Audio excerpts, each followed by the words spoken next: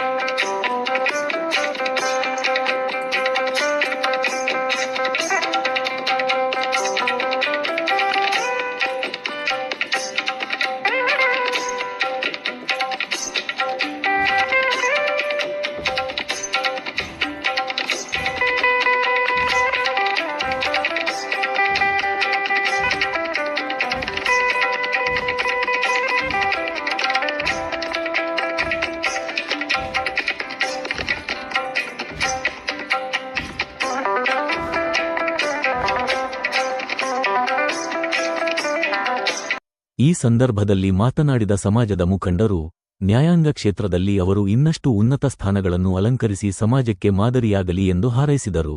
ಈ ದಿನ ವಿಶೇಷತೆ ಏನಂದ್ರೆ ನಮ್ಮ ಊರಿನ ಯುವಕ ಇವತ್ತು ಸಿವಿಲ್ ಜಡ್ಜ್ ಆಗಿದ್ದಾರೆ ಹಾಗೂ ನೇಮಕಗೊಂಡಿದ್ದಾರೆ.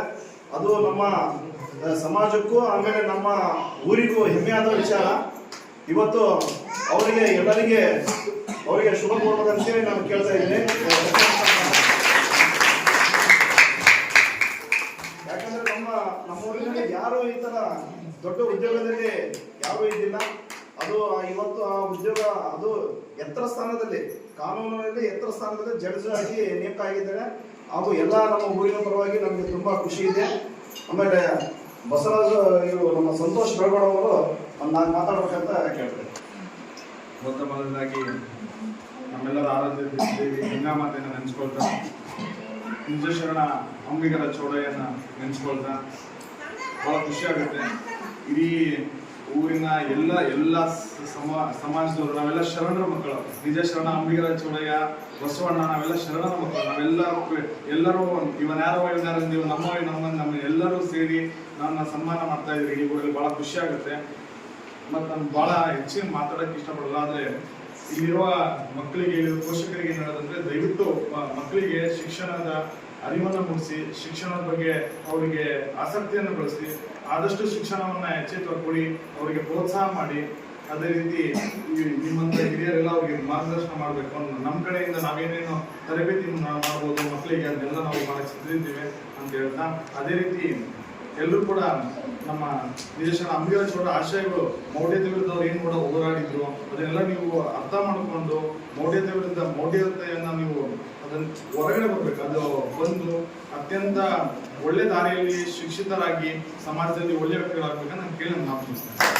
ಈ ಸಂದರ್ಭದಲ್ಲಿ ಪೋತರಾಜ ಯಮನಪ್ಪ, ಕಬ್ಬೇರ್ ಮಾರಣ್ಣ, ಪೋತರಾಜ ಬಸವರಾಜ, ಬಟಾರಿ ಹನುಮೇಶ, ಬಟಾರಿ ರವೀಂದ್ರ, ಮುದ್ಲುಬಾಯಿ ಆನಂದ, ಗುಡಿಸಲಿ ಮಂಜು, ಮನೋಜ್, ಮಹೇಶ್ ಸೇರಿದಂತೆ ಗಂಗಾಮತ ಸಮಾಜದ ಮಹಿಳೆಯರು ಮತ್ತು ಯುವಕರು ಉಪಸ್ಥಿತರಿದ್ದರು.